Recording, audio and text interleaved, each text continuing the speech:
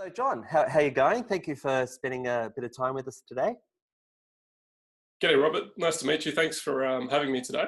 No worries. So I just like to start off with you, just give us a bit of a background on yourself and whereabouts you're working at the moment.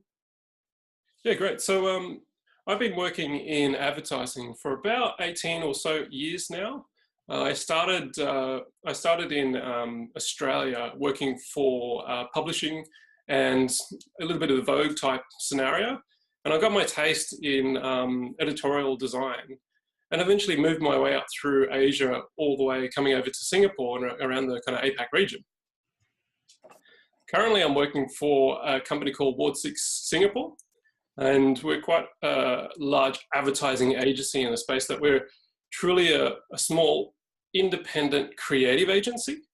And what's really cool about the particular role there, as a creative director, I get access to working with a lot of the up-and-coming photographers, creatives in the region. And it's a really, really nice gig because with my background passion, working as a photographer as well, I get to mix the best of both of these.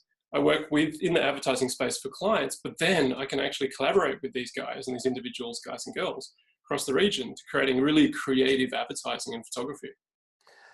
Fantastic. Now, you touched on a little bit there about your own background in photography. Do you want to just sort of fill us in a little bit more about that? Yeah, so background, rewind, 7 or 8 years. I actually started to dabble in photography early on in the days in college, and I thought, I'll become a designer.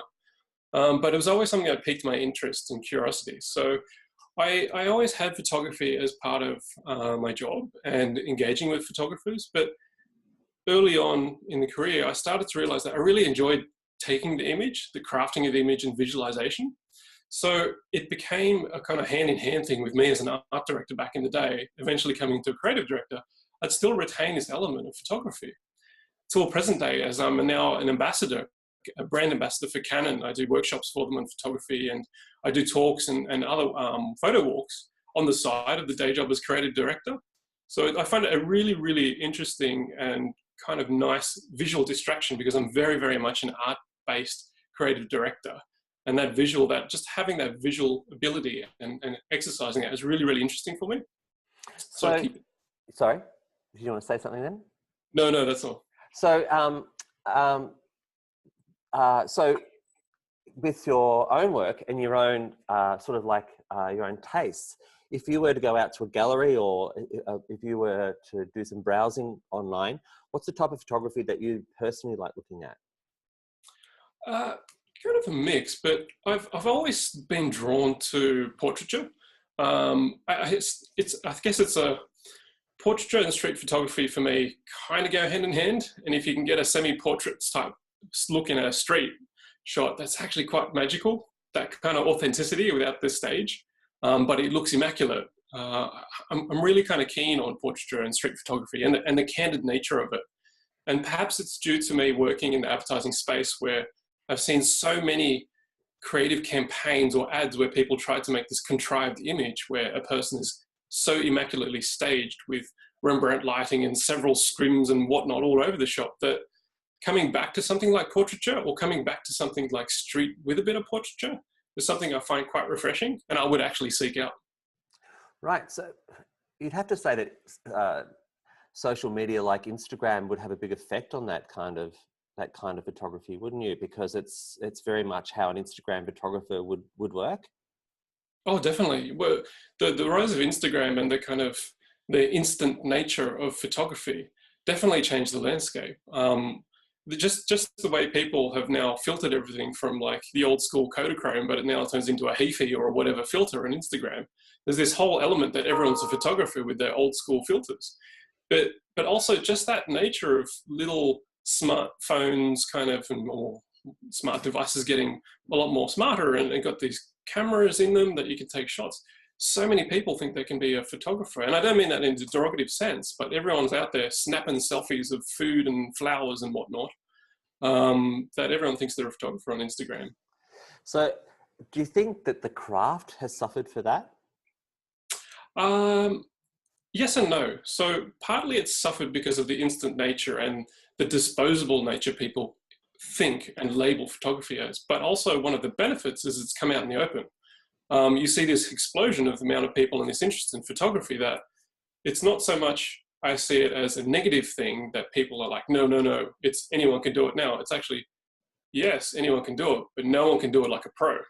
So look at the pros on there. Let's follow, let's collaborate. And I think that collaborative nature and that eye-opening nature of it is actually quite nice.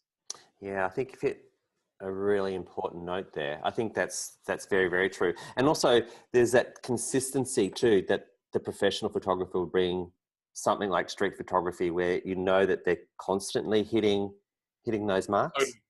Yep, totally. And that's it, because everyone on Instagram talk about their style, and their style be determined by a filter, predetermined computer algorithm or filter. Yeah. But a photographer has got a style. Yeah. Like, he knows the Magnum photographers have got a style. Yeah. And they're the guys who actually, if you wanted to argue, are the ones that started styles in Instagram, because they're the ones that you look out for. You know that that's a photo of David LaChapelle. Or that's a photo of, Zacharias or someone like that. Yeah. So those guys have got the styles, and I actually think that's a big eye opener for the consumer photographer. Let's now jump across to the industry. Obviously, we're sort of in that area now. Tell me about the last job you worked on that you really enjoyed working with a photographer. Oh yeah, okay. So recently in Singapore, actually the last 6 years, I've had the Singapore Red Cross as a client at various agencies. But there's a photographer that I work with locally here, and he's a really nice guy. He's kind of like, he's not quite a one-man band, but he gets the people that he needs with him. And working with him is not so much I'm a creative director, I'm going to tell you what to do. It's more like, mate, you know what you're doing, I know the vision, let's combine them together. And why I really enjoyed this last job is because we always collaborate together. And this last campaign where we had to shoot like an insurmountable amount of talent in a short amount of time, in a candid fashion, in a kind of a studio, but also the street, and take videos for that and work within hospitals to get these kind of scenes. And it's all out now.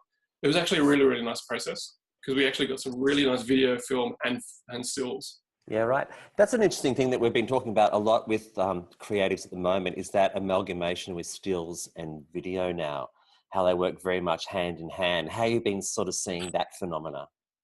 Oh, actually, another facet of what I do on the side is I work with YouTube on the side, and this idea of the bumper ad or the snackable ad is very much a kind of on the rise, and it's everywhere. So I find myself at board 6 for the creative tasks needed. Clients are always looking for, how am I going to engage people beyond the still?